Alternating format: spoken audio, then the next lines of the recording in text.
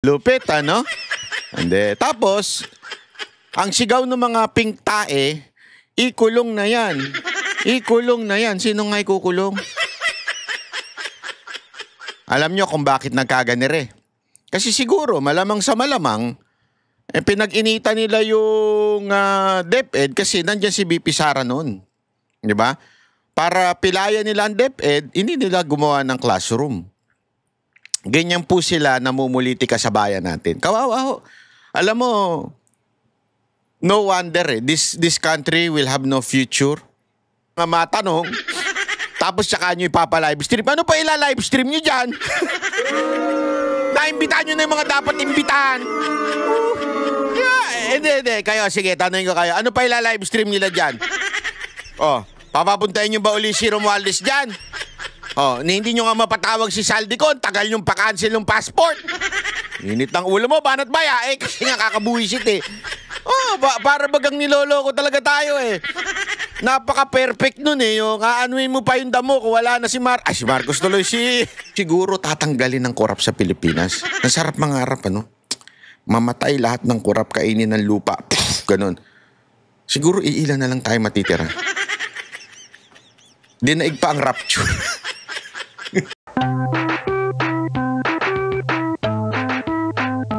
May mga pasabog at may mga sumabog.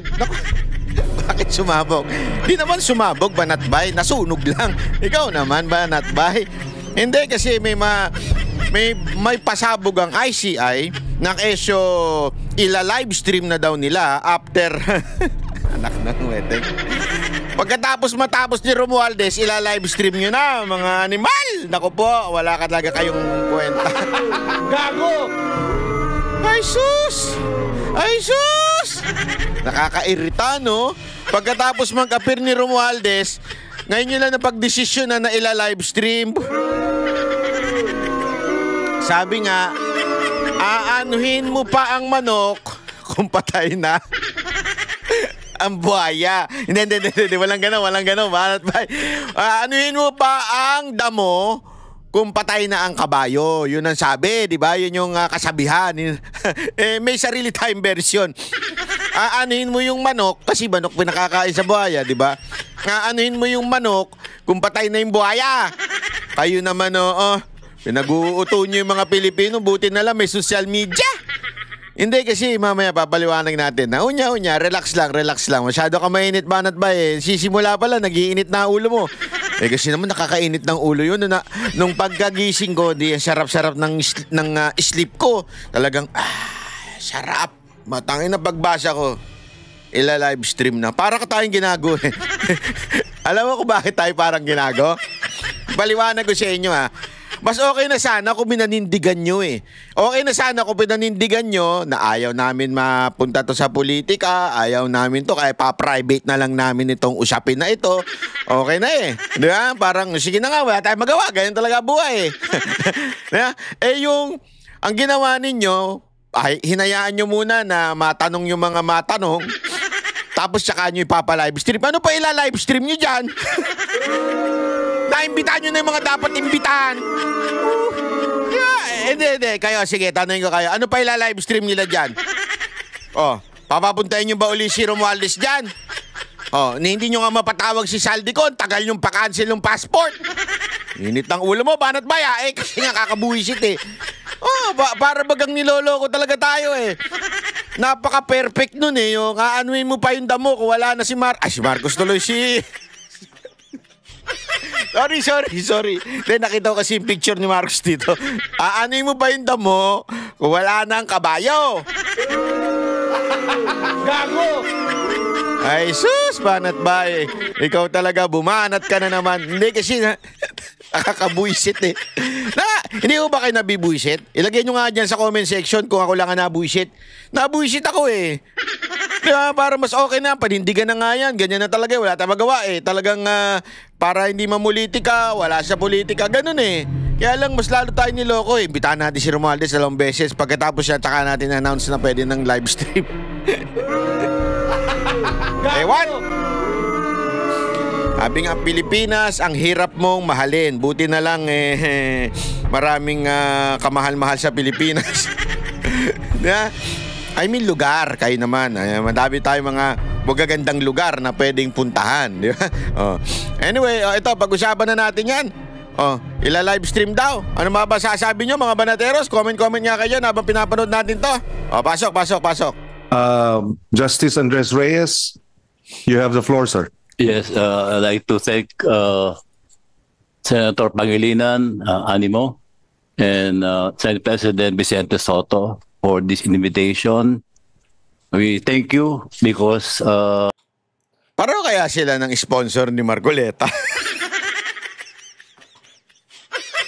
Peace! Hindi, tinatanong ko lang naman. Hindi kasi gusto ko na rin pa-sponsor. Kasi alam mo, nakakaingit yung mga Koreano eh. Di ba? Yung mga buhok ng Koreano. Parang gusto ko na rin ng kakatulad ng ganun eh. Tapos magpatangos ako ng ilong, ano? Tapos, gaganong-ganon. Di ba? Saka sila nagpa-sponsor. Sabi nung iba, babasahin ko lang sa inyo ha, yung sa post ng GMA News. Yung mga reaction natapos na sigurong script after ni Romualdez kaya pwede na. Ito after the fire broke in DPWH, mamaya pag-usapan natin yan the ICI decided to live stream the investigation. What a coincidence. I smell something fishy here. Kasi, ibig sabihin, wala na yung mga dokumento. Mamaya pag-uusapan din natin yan. Yung dokumento na, kasi yung nasunog sa DPWH, research yun parang nandun yung mga magkano daw yung mga semento, nandun ng mga study, mga documents. So, ako, isip ko lang to Sabi nga iba, coincidence ba yun? Para bagang sinasabi ganito sige, pwede na nating i-live stream kasi wala naman na sila maaamin kasi nasunog na yung dokumento. So, pwede na natin live stream. Anak ka ng wedding, Agoy! Kakabuisit! Tuloy! Anak ng wedding. Ito pa pala, basahin pa natin. Ready na yung script? Well, scripted pa din. With directors, scriptwriters, and bad actors.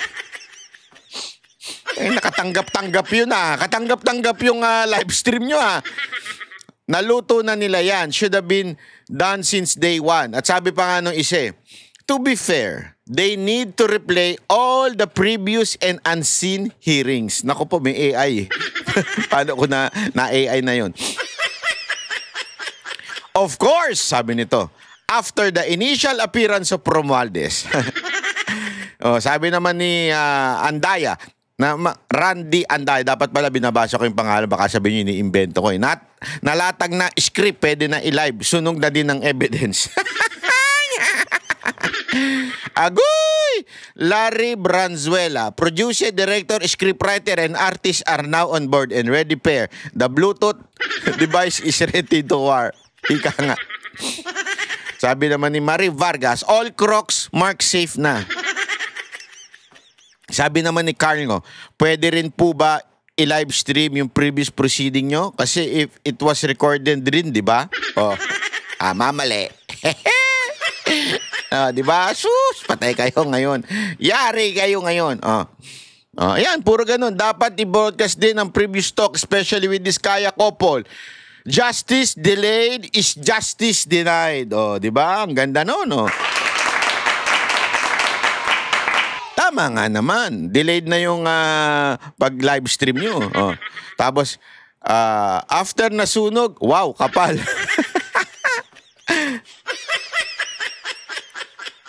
Ano pa? Naku po. Alam mo, walang walang nagsasabing maganda. Puro. Sabi, bakit si Senator Marcoleta hindi invited dyan to shed light? Sabi naman nito isa, see what pressure can do. Tangampota. Ikulong niya yan, mga kurap. Alam mong pinglawan tong taing gulpong na to Ikulong na yan. Yun yung hashtag niya. Ikulong na yan. Mga kurakot. Ikulong na yan. Mga kurakot. Di ba? Mga pingtae. Sino kaya yun? Tanginan yung pangalanan yun. Tagal yung pangalanan. Buisit kayo. Ang ina, matatapos na itong administrasyon na ito na kulong na yan. Mga kulangot. Puro ganun pa rin eh. Oh. Ano pa? Dapat lang replay. Oh, di ba? Yan ang mga sinasabi. Galingan nyo, sarswela nyo. Wag kayong pasasakim sa pera. Pagtakpan ng totoo, may sala, pananagutin. Yun, puro pala kay sarswela. Wala pala kayo. Sus. Mga gunggong, sunog na ang ebidensya. Sabi nito ha. Binabasa ko lang yung comment na sa post ng GMA ha. Grabe May go signal na galing kay Romualdez. Ay, President Romualdez. Ang taray mo ha. Gago! Hindi kasi parang, totoo lang ha, parang mas president pa si Romualdez kaysa kay Marcos. Yun ang totoo. Di ba? Ano ba? Grabe. Congrats, ang galing no, sunog na ebidensya. Nako. Ay nako, ewan ko ba? Natuwa sa inyo kasi ang tagal-tagal nyo eh. Maganda yung sinabi niya na yan ha. Kasi alam mo yung, eto ha, ikikwento ko lang sa inyo. Ngayon kasi ang usapin ngayon at saka pinag-aaralan ko din ito yung nangyayari sa China. Kasi kinuwento sa amin na kung ano yung mga kaganapan sa China ngayon, sabi nila, talagang way ahead. Pag pumunta ka daw doon, para ka talagang nasa, alam mo yung nasa pelikula, yung napapanood natin, di ba? Kung maalala ninyo, yung kayong mga matatanda dyan na tulad ko, yung sa Back to the Future, parang ganun. Parang ganun daw yung eksena doon na para talagang they living, kaya nga may mga, may mga vlog na sinasabi nila, mga putito US is done. China talaga is nag-overtake na. Lalo na yung recent Canton Fairs nila, yung para bagang mga... Kasi meron yan eh. Sa Amerika meron din yan eh. Yung event na fair na parang mga electronics, ganyan-ganyan. Dito, Canton Fair. Lahat ng klase ng produkto na andun. Sobrang grabe daw. Sobrang high-tech, lumilipad, kung ano-ano na talagang naandun. At nangunguna ang China. And ito to be honest, kung technology lang, ako nga, pag tinitingnan ko sa social media yung China, especially sa mga electric cars, wapak! Walang binatbat talaga yung mga American electric cars or European electric cars. Talagang kakaiba. Tapos, kahit nga sabi ko nga sa inyo, kahit doon sa iPhone, di ba? Sabi nga nila, high-tech daw. Sa totoo lang, mahirap lang kasi umalis sa ecosystem ng Apple. Di ba? Pag naandun ka na, parang na-stuck ka na sa ecosystem. Halimbawa ako, tinitingnan ko ngayon yung mga Apple new products, yung 17 Pro Max, di ba? Pag titingnan mo, parang wala naman na bago. Meron onte, yung front camera medyo naging wide. The rest, wala naman na bago eh.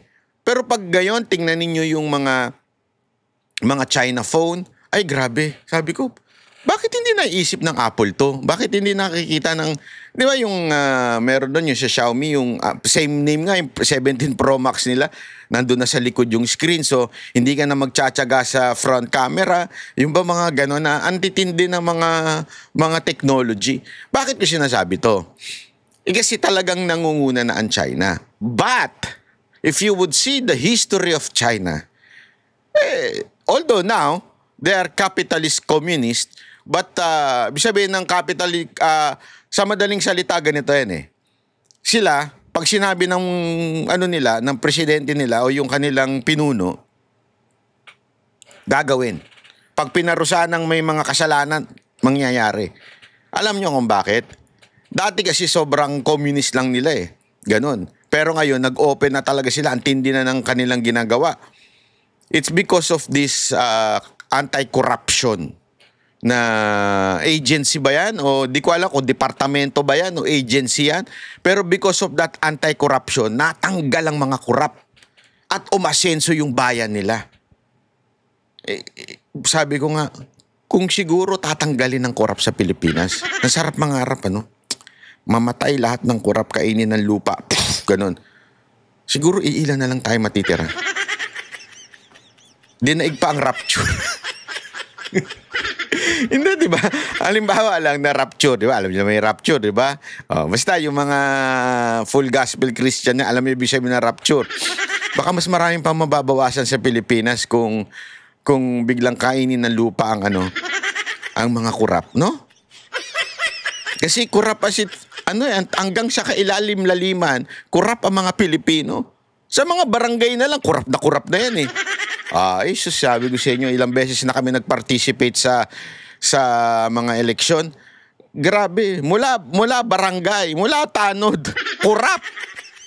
Kaya, ewan ko nga, sabi ko, hindi ito makukuha ng isang dekada ito. Yung corruption sa atin, eto kung pag-aaralan yung kasaysayan natin, panahon pa lang nila Aguinaldo, lintik na ang korupsyon. Lintik na. Hindi ko na lang papangalanan, patay na kasi yung mga yun eh.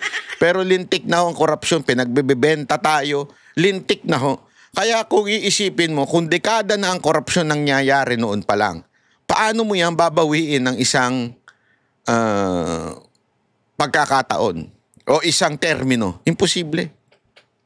What we need is yung mga kilala na yung leader diyan sa Africa. Si Bolki, ano ba yun? Kalimutan ko na pangalan nun. Basta lagi kinikwento sa amin yun. Kailangan mo ng ganun. Yeah? Kailangan mo talaga ng matindi. Alam nyo, pagdating mo sa korap, napaka malumanay. Mantakin mo ito na lang issue ng live streaming, malaking issue pa. Inabot pa ng siyam-siyam bago nila ina-live stream. Wala na, nakapagsalita na yung mga korap. Tapos na. Sabi kong anti-corruption, yung binanggit, ang pangalan nito ay yung National Supervisory Commission, yung NSC ng China. Ito po yung na-establish nung 2018 at ito po yung talagang tumututok. Alam nyo kung ano ang penalty? Ito, accepting bribes under 800,000. Okay? A lower level official taking gifts for small favors. Gifts lang. Ay, mabigyan ka lang ng relo, mabigyan ka na ng babae, di ba? Up to 3 years imprisonment. Okay? Ito naman yung pangalawa. Accepting bribes, kasi ito nasa yen 100,000. Hindi pala yen. China. 100,000 yuan. Yuan pa yun? Ewan ko kung anong tawag dun 3 to 10 years imprisonment. Accepting the bribes over 3 million. Yung 24 million sa pesos. 24 million pesos. 24 million pesos. High-ranking official selling influence or misusing funds. 10 years to life imprisonment or even death penalty in severe cases. Sa atin, pagkano ninanakaw? Billion. Dito, 24 million lang. Isang kotse lang. Sa kanila, magnakaw ka lang ng isang luxury car. Death penalty na. Sa atin, anyari, kuya, wala. Nagnakaw, mag-resign ka na lang. Okay na yan mo. Tapos takbo ka sa ibang bansa. O kaya mag-resign ka na lang, bayani ka pa, state witness ka pa. Di ba? Wala talaga mangyayari kung ganyan sa atin. President 913 is you might want to pick up some of those provisions. Ito pa, sorry. Death penalty. China can impose death penalty in extreme condition. The bribe or embezzle amount is enormous. The act causes grave harm to the state or the people. Yung mamatay dahil sa baha. Di ba? The offender shows no remorse. Dami niya, putangina. Ang dami niya sa Pilipinas, yung magre-resign. Tapos walang ka-remorse. Pucha ka. Di ba? Recent example, Zheng Zhongsheng, a vice mayor, was executed in 2021 for taking over 1 billion or 8 billion in bribes. 8 billion pesos. Okay? Etong isang vice mayor, natsugi. 8 billion. Isang ghost project lang yung animal na yan . Mamaya, ang daming pang pinasukan. supplier dito daw tinitest. So yung mga na-test, ibig sabihin, ganito yan ha, ganito, paliwanag natin. So dito mo malalaman kung yung isang tinest ay substandard o hindi. Halimbawa, pinresyuhan itong salamin natin, di ba? Halimbawa ito. Kunwari peke ito, Halimbawa ito Ray-Ban, di ba? Ray-Ban yan. Pinresyo ng kontraktor ng 15,000. 5,000 kay Kong, 5,000 sa amin, 5,000 doon sa papagawa, ganun. 15,000, di ba? Kaya lang, sana, sakto. Although, hindi pa pala overprice yun. Ang overprice ito, 50,000. Halimbawa, 50,000, di ba? Na overprice na, meron na si Kong, meron na si engineer, at meron na si Bossing. Kailangan na si Bossing. Di ba? Ngayon, para sigurado at malaman na kung ito ba'y totoo o hindi, at ito ba ay may quality, dadalhin ngayon dun sa opisina para i-check. Doon sa opisina malalaman kung peke ba yan, totoo ba yan, kung saan ba gawa yan, kung ganito ba yan, totoo ba sinasabi na polarized yan, kunwari ganon, di ba? Saan yun? Sa opisina. Doon, nandun yung lahat na resulta kung nagkaroon ng overprice o nagkaroon ng substandard. So, doon sa opisina na yon. Tapos yung opisina nasunog. Wala na. Gago! So, hindi mo na kayo malalaman kung ano ba yung ginawa dito, kung ano yung findings doon sa salamin na yun. Kasi nasunog na eh. Hindi mo ngayon alam yung findings kung ano nangyari doon sa hollow blocks na o kaya mga ginamit na simento kasi nasunog na eh. Tapos, i-live stream na natin. I-live stream na kasi okay na eh. Wala na tayong magagawa. Live stream na natin. Hindi ba? Ay, sus! So, ayan po ha, yung testing na yan. Sige, pag-usapan naman natin isa pang issue. Ano yon? Yung issue nito, ito, ayan, no? Ayan! Lupit, ano? Hindi. Tapos, ang sigaw ng mga pink tae, ikulong na yan. Ikulong na yan. Sino nga ikukulong? Alam nyo kung bakit nagkaganire. Kasi siguro, malamang sa malamang, pinag-inita nila yung DepEd kasi nandyan si BP Sara noon. Di ba? Para pilayan nila ang DepEd, hindi nila gumawa ng classroom. Ganyan po sila namumulitika sa bayan natin. Kawawa ho. Alam mo, no wonder this country will have no future. Kasi nagpapalaki tayo ng mga kabataan na kulang sa edukasyon. Kulang ho. Mas educated pa po sila sa TikTok. Lahat ng natututunan nila sa TikTok, doon sila natututo. Delikado po kasi yun. Ang dami nagsasalita dyan sa TikTok na alanganin. Oo, ang dami po. Daming doktor-doktoran dyan. Abuguduhan. Kaya nakakatakot. Kasi yung edukasyon na sana nagtuturo sa atin na maging critical thinker, di ba? Dapat tayo ay nag-iisip ng matindi. Hindi lang basta-basta tanggap ng facts. Wala na. Bakit? Kasi nga, tulad ito nung panahon ng mga Espanyol. Kung maaalala ninyo, di ba? Kaya nga tayo ganito eh. Kaya tayo ganito. Nung panahon ng mga Espanyol, ayaw nila tayong pinag-aaral. Tayo mga Indio. Indio nga ang tawag sa atin. Ayaw tayo pinag-aaralan. Ayaw pinagbubuksan ng ating mga Biblia. Kaya dinidikta na lang nila yung mga paniniwala. Kasi doon sila nakakauto eh. Doon sa paniniwala. Doon sa pananampalataya. Kaya ayaw nilang pinabubuksan kasi i-interpret mo yan at malalaman mo katotohanan. So, nagdidikta na lang sila. Nag-uutos to mga pare. Kaya nga namuno sa atin nun, mga praile, di ba? Mga pare-pare. Ano nangyari sa bayan natin? Kurap. Kasi yung mga pare nun, kurap na eh. Kaya dala-dala natin yan hanggang sa buong kasaysayan natin, puro kurap. Kaya hindi ako naniniwala doon sigaw na mga pare na anti-corruption, yung jogging ng jogging. Putang ina. Sorry ah. Kayo nagsimula ng korupsyon dito, kayo nagdala, kayo mga pare ang nagdala ng korupsyon dito. Pasensya na, pero that's the truth. Hindi ko sinasabing lahat ng pare masama, ha? Hindi ko sinasabing ganun. Maraming paring matino. Pero nagsimula sa atin, panuorin nyo sa kasaysayan natin, mga pare, mga kurap. Kaya kinurap yung minds natin. Ganito nangyayari.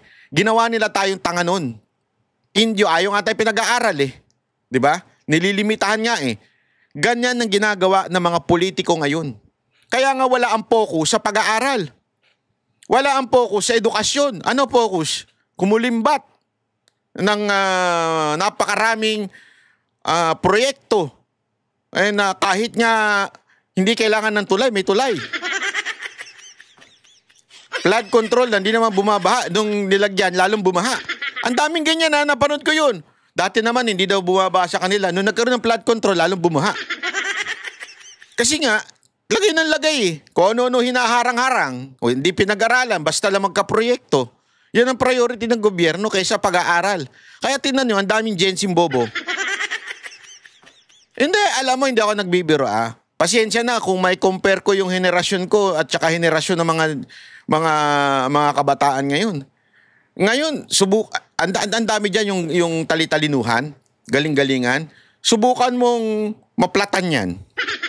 Hindi kaya niya magtanggal ng gulong. Sasabihin niyan, let's just call, you call a taxi. Kukuha pa ng taxi para lang maipalitan niya yung gulong niya. Kasi nga, bobohan eh. Kunwari lang matalino, kunwari lang, isigaw-sigaw ng ikulong na yan. Pag pinapaliwanag mo, hindi naman maintindihan. Kawawa eh. Yan ang katotohanan. Bakit? Ginagawa kayong bobo. Hindi lang yan, ha? Ginawa pa kayong bobo ng media. Kaya ang daming bobong media ngayon eh. Di ba napapansin mo sa mga press con? Compare mo sa press con ng ibang bansa. Pagka nanood ka ng press con ng ibang bansa, ay grabe. Parang ang bastos ng dating, talagang derechuhan sa mga tanungan. Kasi alam nila pag binubullshit sila yung government official. So derechuhan yung tanong. Yung mga media natin dito para mga tanga eh. Iilan na lang yung katulad na talaga masasabi mong critical thinker o yung nag-iisip. Hindi yung para bagang kasi yung mga media ngayon baligtad na. Alam naman natin yan. At alam ko yan. Pare may press con. Pero planted na yung mga tanong. Ipaplant na yung mga tanong dun sa mga bayaran nilang retainers nila na media. O, ito lang, hanggang dito lang yung tanong ninyo ha. O, pagka sinagot, basta sumang-ayon na lang. O, wala nang follow-up question. Hindi na kine-question yung sinagot. Kasi dapat ganun eh. Hindi porket sinabi ganito ang amount na hindi mo dapat tanggapin kagad. Sagot, i-question mo. Wala nang ganun eh. Bobo na kasi. As in, ginagawang bobo ng mga politiko ito sa pamamagitan ng ganyan. Sa DepEd. Wala. Kaya nga, galit na galit si Angara. Natatawa ko, galit na galit kay sino ba may pasimuno niyan? Yung presidente nag-appoint sa'yo. Alam mo kung bakit? Busy sila sa ibang sa ibang proyekto. Totoo nga, hindi ako nagbibiro. Ito. Busy sila sa mga ganitong proyekto. Puta, kubra na naman. Lagi ka na lang nakakubra. Ang lupit mo talaga, ibang level ka. Idol ko ito, gusto ko paglaki ko maging Zaldico ako. Ang lupit nakakubra na naman siya. Pinakita naman dito kita nyo, yan yung bilyon-bilyon na pinaggastosan, lupit. Sabi kasi wala pa naman daw record yung SunWest at that time na masama or something. Hindi pa kasi nadidiscover. At saka nasa posisyon pa yung mga animal na yan. Di ba? Kaya hindi pa masabi kung maganda ba o hindi maganda yung nailagay dyan. Pero kitang-kita naman po natin. Alam nyo, ito may papakita lang po tayo. Ito. Napakaganda ho kasi nitong, kasi isa pa hong issue, aside from nangyayari ngayon dyan sa ombudsman, ito ho kasing magandang article. Basahin nyo po ito. Napakaganda. Hindi ko, summary lang po ang aking sa inyo, i-discuss. Kasi Napakaganda ho kung babasahin nyo talaga ho itong article na ito. Dito, tinilakay ni Roberto Tiglao na buti nga daw ngayon may social media na, kasi isa sa mga ngayon, alam naman po natin na napakaraming misinformation at kontrolado ho nila yung media, di ba? Kapag dating sa mga issue. Kaya nga dito napakaganda na mas maunawaan ho natin, kasi ngayon ginagamit siyang ombudsman through Remulla na usigin ito hong si VP Sara Duterte. Pero ilinawin ho natin, sabi nga niya dito sa article, tanging COA ang may kapangyarihang mag-audit ng pondo ng gobyerno. Yan ho ay nasa batas, ayon yan sa Article 9, Section 2, at naandyan din sa konstitusyon yung PD 1445 na COA ang sole authority sa pagsuri kung tama at naayon sa batas ang paggastos ng pondo. Walang iba. Pag sinabi mong sole authority, ito yung meron lamang kapangyarihan, COA. At ang papel ng ombudsman, umasa ito sa mga audit findings ng COA bilang pangunahing ebidensya. Kung walang disallowance o referral mula sa COA, wala ring batayang kasong kriminal. Tanging kung may intent to commit corruption na nakita ng COA, saka ito i-refer sa ombudsman. Ibig sabihin, hindi po pala pwedeng ombudsman ang magsimula nito. Dapat to COA. Yan o importante. Sandali, akala ko ba merong notice of disallowance nung panahon ni VP Sara Duterte. Na ayon sa artikulo, noong Agosto 2024, naglabas ang COA ng Notice of Disallowance 2024-002-100 para sa 73.2 million ng 125 million confidential funds. O, linawin natin mali yung impormasyon na 125 million ang notice of disallowance. Only 73.2 ang notice of disallowance. Dahilan. Ano daw ba ang dahilan ng notice of disallowance? Kulang sa detalye ang ilang acknowledgement receipt, walang pangalan, pirma o petsa. Saan? Sa reward at sa safe house rental. Ibig sabihin, hindi ito nangangahulugang nakaw o abuso, kundi technical documentation issue lamang. Siyempre, to protect the names of the reward. Kasi meron yan sa PDEA, naka-attend kami niyan dati. Kaya nga meron din sila, di ba, na mga confidential intelligence funds. Yung mga tumanggap ng reward money, nakamaskara. Kasi sila daw yung nagbigay ng information. And nobody is questioning that. Milyon-milyon yun And parang ceremony yun Sabi ko nga, sana pala nagdala ako ng mask. Tapos bigla na lang akong umakyat doon. Di ba? No one can confirm kung yung binibigyan ba ng PDEA tama o mali. And they will not, siyempre, na expose yung kanilang binigyan ng reward. Lalong-lalo na yung sa safe house. And that's what VP Sara did. Hindi niya po binigay yung pangalan ng safe house o sino yung nirewardan. Naturalmente. Tapos, nandito rin 51 million ang na-audit at probado ng COA. Ibig sabihin, hindi lahat ng pondo ay questionable. Wala ring indikasyon na personal gain o misuse. Kaya nga, nakakuha ang OBP ng malinis unmodified audit opinion para sa 2022-2023. Indikasyon na maayos at transparent ang accounting records. Yan po ay binigay ng COA. Clean audit. Unmodified. Ang meron lang yung isang disallowance lang ang naiulat, wala nang ibang pending disallowance. Bakit? Dahil nga po doon sa hindi pwedeng i-reveal. Ngayon, Sabi nga dito, COA Joint Circular 2015-01 para sa confidential and intelligence funds, hindi kinakailangan detalyado ang resibo, coded o redacted ang mga pangalan para sa seguridad. Kaya normal na kulang ang dokumentasyon. Normal po yun. Kaya nga etong mga nagbibintang, katarantaduhan po. Ito ang matindi dito. Walang COA referral. Ibig sabihin, dapat walang kaso sa ombudsman.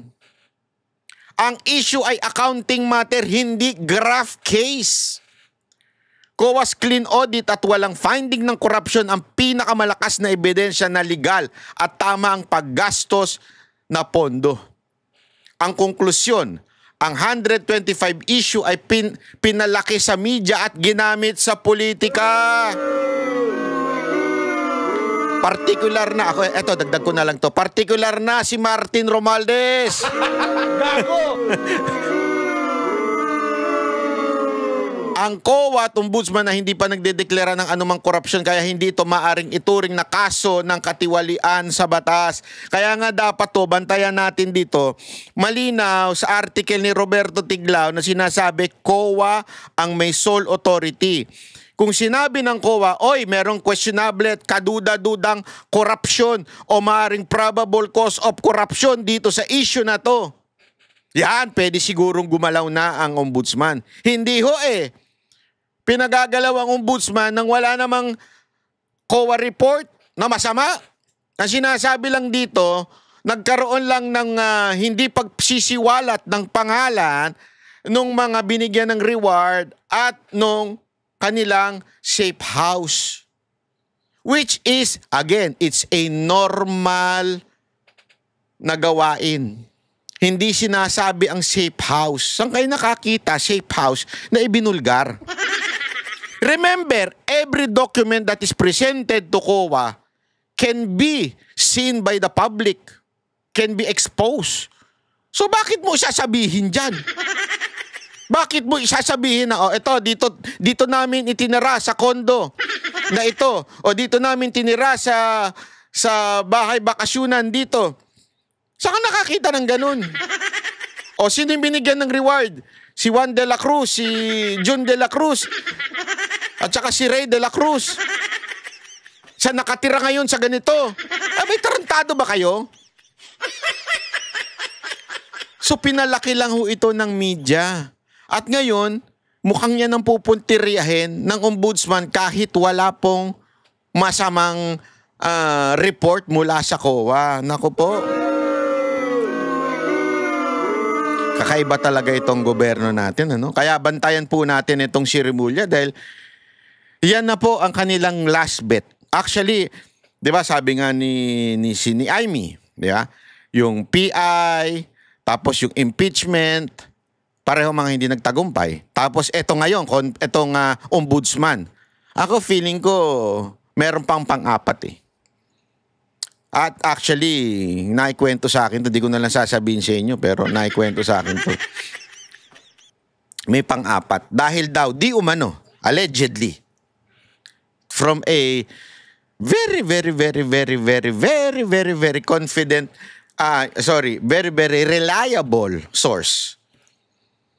Yung pang-apat daw ay, sabi nila, chuchugihin. Nino? Tanong nyo sa Amerika. Gago! Kasi, alam nyo, this is a geopolitics issue. Maniwala ko kayo sa akin o hindi. Pero yan ho talaga. Ang kwento ho talaga dyan. Yayariin siya dahil ayaw nilang maging presidente si VP Sara Duterte dahil the geopolitics would change. Di ba? It will change. Kasi ngayon, uto-uto itong presidente natin na makipag-away sa China, guluhin ng China. Uto-uto Again, I'm not for China. That's not my point here. Ang point ko dito, every sigalot or every conflict sa ibang bansa ay dapat to as much as possible diplomatic in all countries. All, not just China. Diplomatic. Hindi dapat ina-adjit. Hindi dapat ganun. Kaya nga ang ganda noon eh. Kasi tinan nyo, noon wala namang bombahan, wala namang ganyan. Yung mga magsasaka natin, nakakaano ng maayos. Ngayon, hindi na, wala na, magulo na. Bakit? Dahil sa pag-a-adjit nito mga tuta ng Amerika sa na-official natin. Kilala nyo na yan, di ba? Tralala. Di ba? Tuta ng Amerika. Kaya ayan, hindi tayo makaano ng malaya dahil nga sa ganyan. Pag nawala si Marcos, ang hinala nila kay VP Sara Duterte, magiging diplomatic siya sa lahat. Kasi paulit-ulit naman niya sinasabi yan eh. Magiging friends to all tayo, diplomatic tayo dapat. Hindi ko nga alam ba tayo gusto natin makipaggulo eh. O akala mo naman may poprotekta sa atin pag tayo ginulo. Bobo kasi yung nakaupo presidente natin eh. Sorry, totoo naman eh. Akala niya, hindi niya aralin yung ibang mga bansa na nagdepende sa Amerika at nung nagkagera, nga. Di ba? Pag-aralan niya yan. Hindi niya pinag-aaralan eh. Ewan ko kung ginagawa niyang ano na yan. O eto ngayon, ayaw nilang si VP Sara Duterte dahil gusto ni VP Sara Duterte, diplomatic, walang gera. So ibig sabihin, walang kita. Alam mo naman sa gera, may kita. Sa gera, masaya ang buhay. Hindi ako nagbibiro. Yan talaga ang... yan po talaga ang siste sa gera. Talagang may pera dyan. Ang laki ng pera sa gera eh. Saan makukuha? Siyempre, kami ang big brother ninyo. Di ka sa amin. Kita kami. Hindi kasi alam mo, economy-wise, sorry to say napag-iwanan ng Amerika. Napag-iwanan. Ngayon nga, it's very exciting. Na ako, gusto ko talaga makapunta sa China. Sana. Lord, makapunta tayo sa China. Hindi, gusto ko talaga. Kasi gusto ko makita yung progress eh. Gusto ko ma-experience. Alam mo, di ba ako, patuloy tayong nagpupunta sa Japan. And you would see ang layo eh, di ba? Pilipinas, Japan, ang layo! Alam niyo yung mga taga-Japan. Lahat na nagpupunta sa Japan, alam niyo yan, ang layo. Pero sabi nila, ang Japan daw compare sa China, ang layo. Sobrang yung China daw, wow. Totoo ba to? Yung gano'n, yung parang, anyari sa Pilipinas, anyari mapapaganon ka. Di ba? Pero tayo, gusto natin awayin sila. Sila nga, they can build bridges na, alam mo, yung po lang pumunta kami from Hong Kong to Macau. Naalala ko kasi before I discover Japan, na pasyalan. Dati kasi, ang pasyalan talaga namin, Hong Kong. Every New Year, Hong Kong kami kasi gusto namin yung sa Fountain. Tapos gustong lagi na lang babanggit, uy, punta ka sa Macau, maganda doon. Kaya lang, sasakay ng boat. Boat pa lang dati. Ayoko eh. Ako talaga medyo ako sa boat kasi nagkaroon ako ng trauma nung aking youth day. Dati sumakay kami ng, ayoko na lang kung saan sabihin yun. Pero talagang grabe nahilo ko, nasuka ko. Kaya na-trauma ako nun sa boat. Kaya nun ayokong pumunta sa Macau. Nung huli namin punta kasama ang buong SMNI, salamat pastor, dinala kami sa Macau. Grabe yung bridge nila, oh.